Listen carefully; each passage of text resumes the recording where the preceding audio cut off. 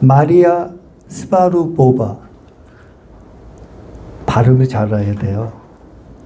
스바르보바. 슬로바키아 출신의 젊은 여성 사진가입니다. 88년생이니까 몇 살이야?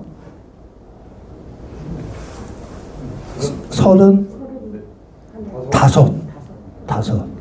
근데 거의 톱클래스에 올라간, 제가 여태까지 봤던 사진가 중에서는 가장 젊게 성공한 사진가가 아닌가. 자, 여기서 사진을 보고 얘기를 할게요.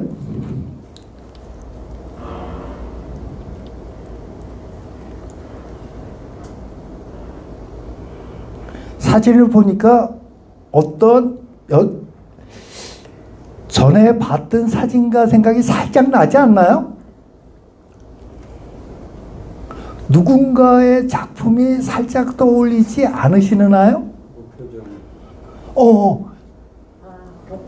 럭스. 네, 맞습니다.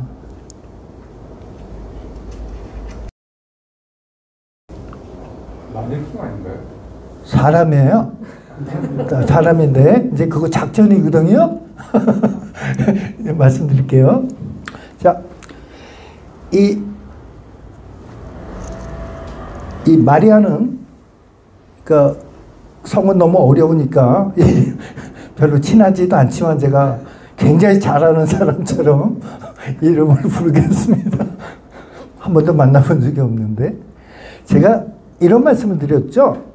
하늘에서 똑 떨어진 사진가는 없다.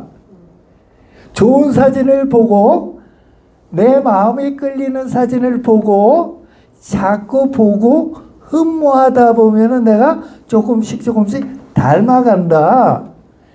저는 이 마리아가 그 로레타 럭스를 그 모델로 해서 자기식으로 발전해서 성공한 사진가라고 생각을 해요. 제가 왜 그렇게 제 나름대로 생각을 하느냐면은 작전의 전개 방식이 비슷합니다. 제가 비교해서 말씀을 드릴게요. 그래서 일단은 이 공간이 오래된 공간에 1930년대에 만들어진 슬로베키아의 공중 수영장이야. 자, 로레타 룩스가 여러분들 지난번 꿈과 욕망을 할 때 얘기할 때 로레타 룩스가 구사했던 전략이 뭐예요? 빈티지, 그쵸? 아이들 옷을 갖다가 유행이 지나간 그러한 옷을 갖다가 애들한테 입혔잖아요.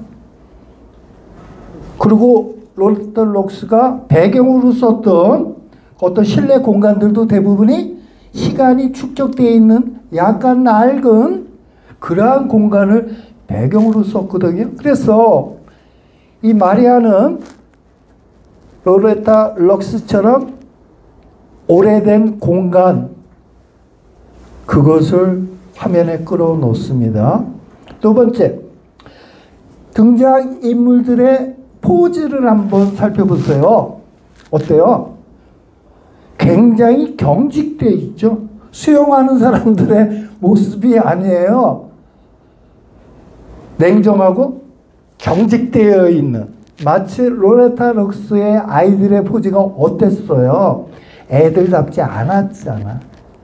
그래서 여기서도 이 마리아는 애들이 아니라 성인을 썼죠. 성인을 썼음에도 불구하고 포즈 자체는 수영장에서 우리가 흔히 볼 수 있는 포즈들을 갖다가 벗어나고 있어요. 그래서 역시 로레타 럭스의 포즈에 힌트를 얻었다.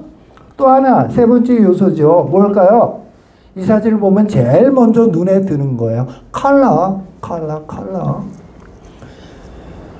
컬러를 지금 변조하고 있잖아요. 색을 바꾸고 있습니다. 로레타 럭스의 색은 어땠어요?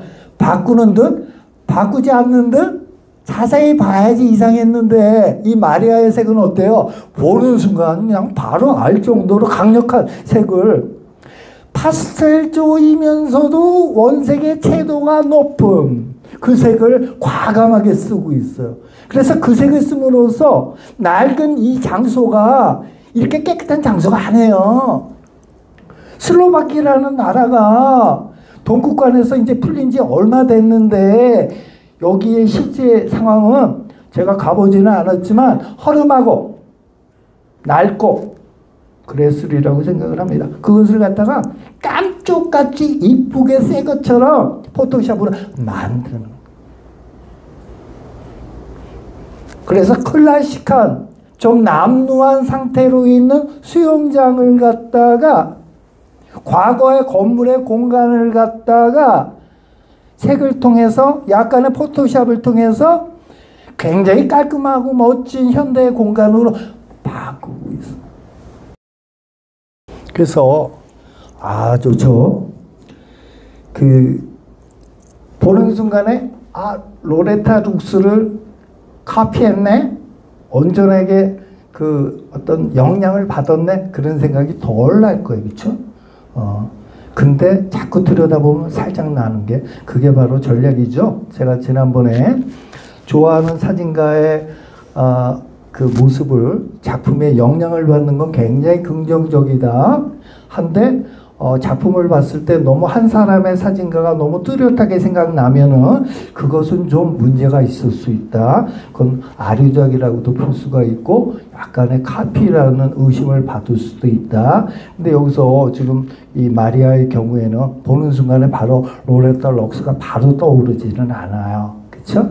그 이유는 어떤 색깔, 형태상, 대상 자체가 굉장히 다르기 때문에. 근데 자세하게 들여다보게 되면은 전략이 비슷하다는 얘기죠. 그렇죠? 자, 그래서 지금 아까 린코에는 도시의 폐쇄된 공간을 찍었어요. 그렇죠? 펜포커스로 흑백으로 차갑고 건조하고 냉정하게 그렇게 찍었어요. 이 마리아는 오래된 실내 수영장을 갖다가 아주 판타스틱하게 최첨단의 수영장처럼 가공해서 보여주고 있어요. 그렇죠? 그래서 공간은요, 그 시대를 얘기합니다. 그래서 이 시대의 공간도 재밌을 것 같아요. 저는 우리나라의 공간들, 우리나라만 있는 공간들 있잖아. 가끔가다 저는 대중목욕탕 같은 데 가면 재밌더라고요. 우리나라 대중목욕탕의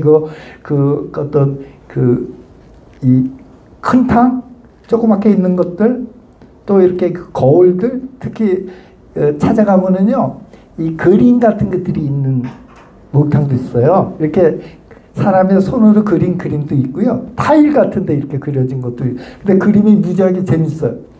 약간 유치하고, 약간 기치적인, 약간 소박할 수도 있다고 표현할 수도 있겠는데, 뭐 그런 공간만 찍는다든지.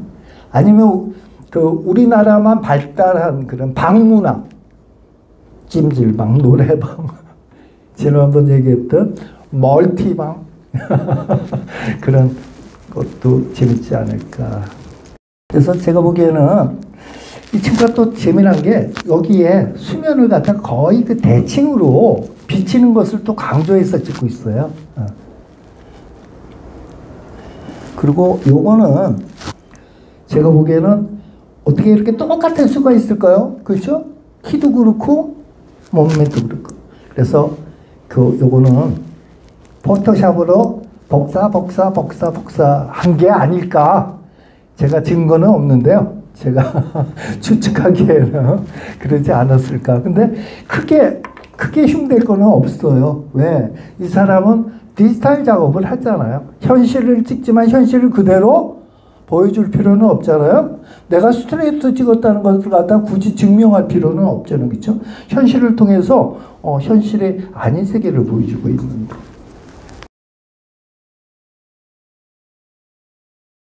다음은 한국 사진가입니다. 윤정미라고 해요. 사진을 좀 보고 말씀을 드리겠습니다.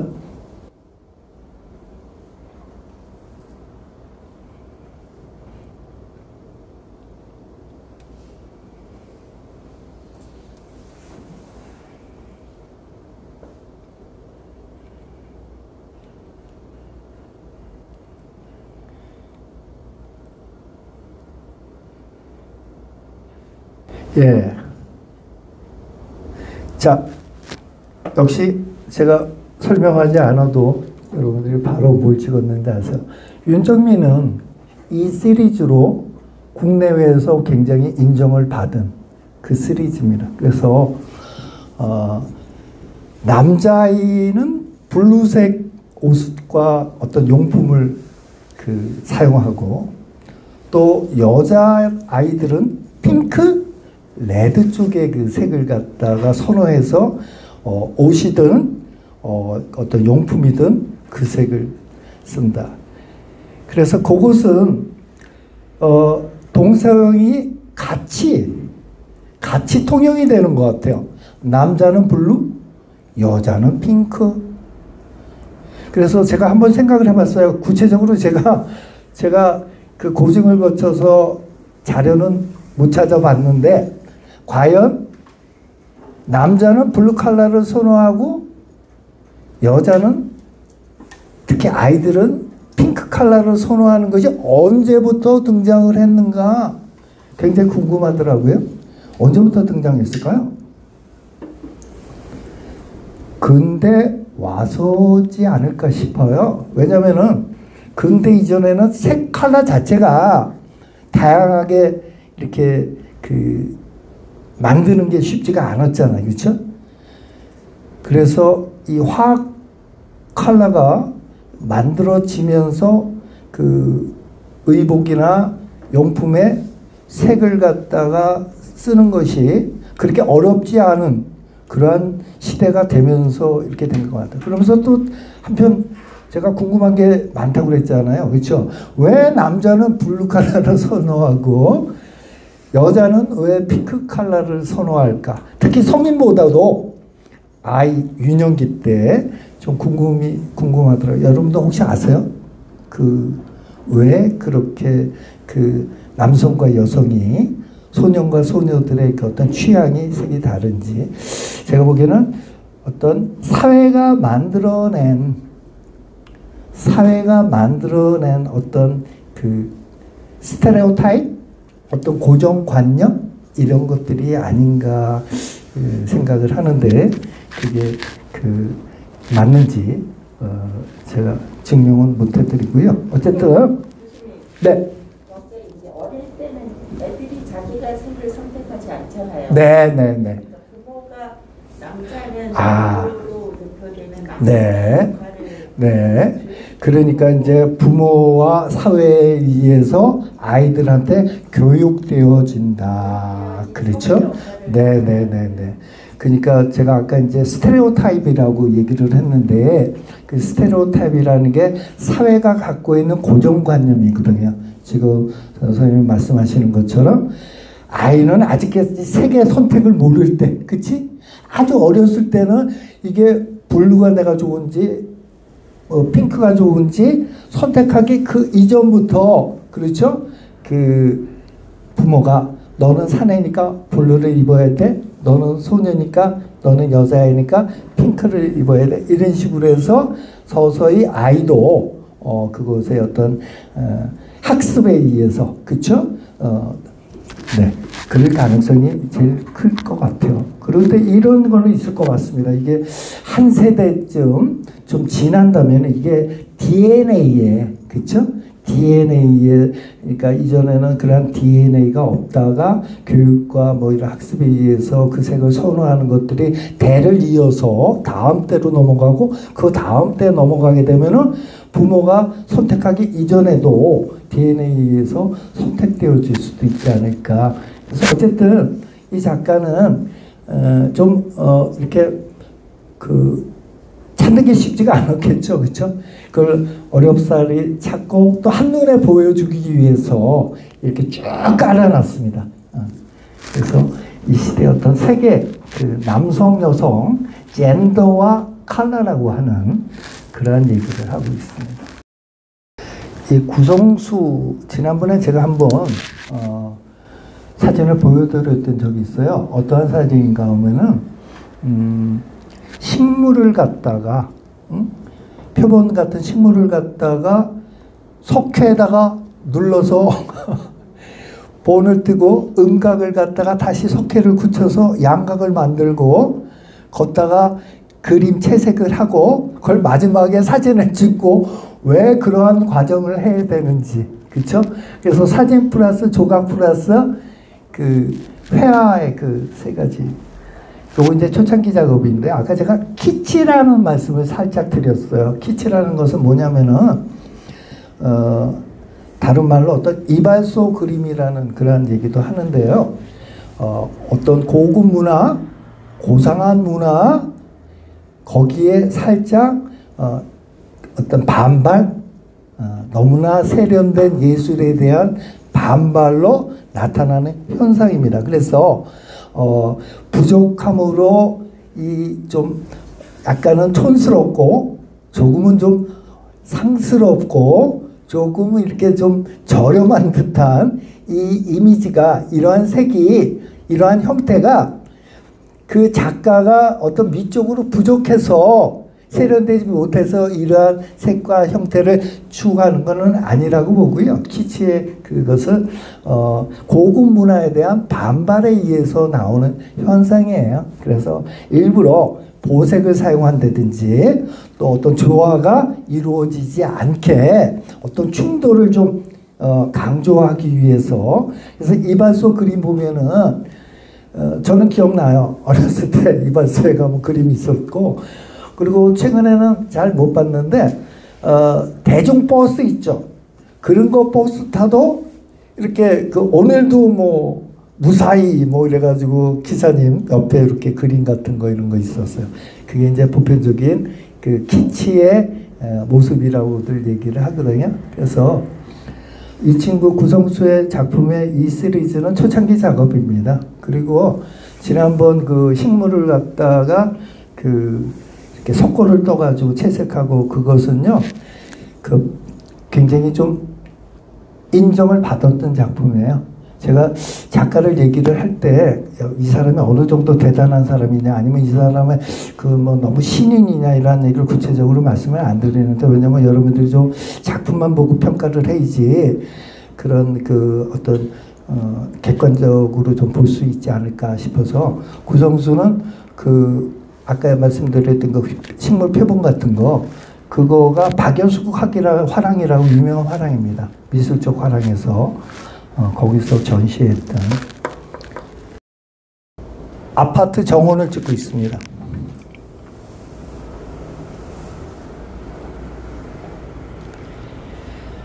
아파트 정원이라는 것은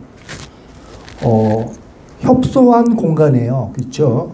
근데 아파트 정원이라는 게 주민들의 어떤 휴식처도 돼야 되고, 주민들의 운동 공간이 또 돼야 되고, 또 아이들의, 어린 아이들의 놀이터도 돼야 되고, 그래서 작은 공간, 작은 면적을 갖고 다기능으로 쓸 수 있게 그렇게 설계된 게 우리나라의 그 아파트의 정원이라고 볼 수 있는데, 이 친구는 그 아파트의 정원만 찍고 있습니다. 그리고 지금 보면은 그 이영학적 사진에 조금 입각해서 그림자 같은 것들이 안 보입니다. 그래서 예를 들면은 낮에 찍고 그러면 그 아파트 동과 동 사이에 빛이 들어와서 그림자가 형태를 만들겠죠. 그것이 이렇게 자료로서 보여주는 것을 갖다가 저거 걸림돌 그 역할을 할 수도 있습니다. 그래서 새벽에 해 뜨기 전에 아니면 흐린 날, 그래서 빛이 굉장히 완만할 때 그때 촬영을 하고 있습니다. 왜? 패턴과 색이 그대로 보여주기 위해서, 그림자가 끼어들어서 형태를 만들고 가려지지 않게 하기 위해서.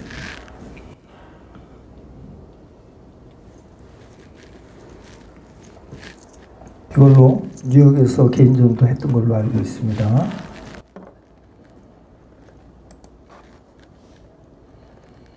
외국의 아파트 정원은 또 우리나라하고 다를 것 같아요. 그렇죠? 그리고 또 지금의 아파트 정원은 지금 지어지는 아파트 정원은 또 다르리라고 봅니다. 이것도 조금 시간이 경과했던 모습이라서. 다음은 자, 뭘 찍고 있나요? 역시 아파트 정원이에요. 근데 정원이 어때요? 아파트가 어때요? 좀 남루하죠? 좀 낡았죠? 좀 허름하죠?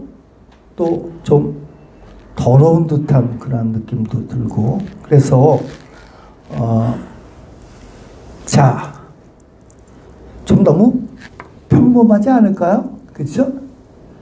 왜 다큐멘터리 보통 처음 시작할 때 제일 많이 찍는 게 뭐예요?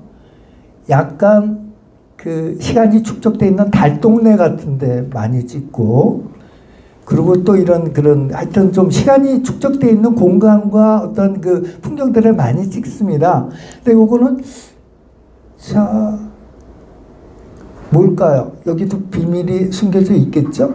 그렇죠? 그냥 보편적인 아파트의 정원, 약간 조금 연도가 된 약간 낡은 아파트의 정원, 그걸로 머물기에는 그렇죠? 조금 작품이 약하지 않나.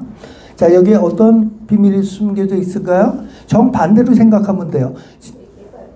응? 네, 그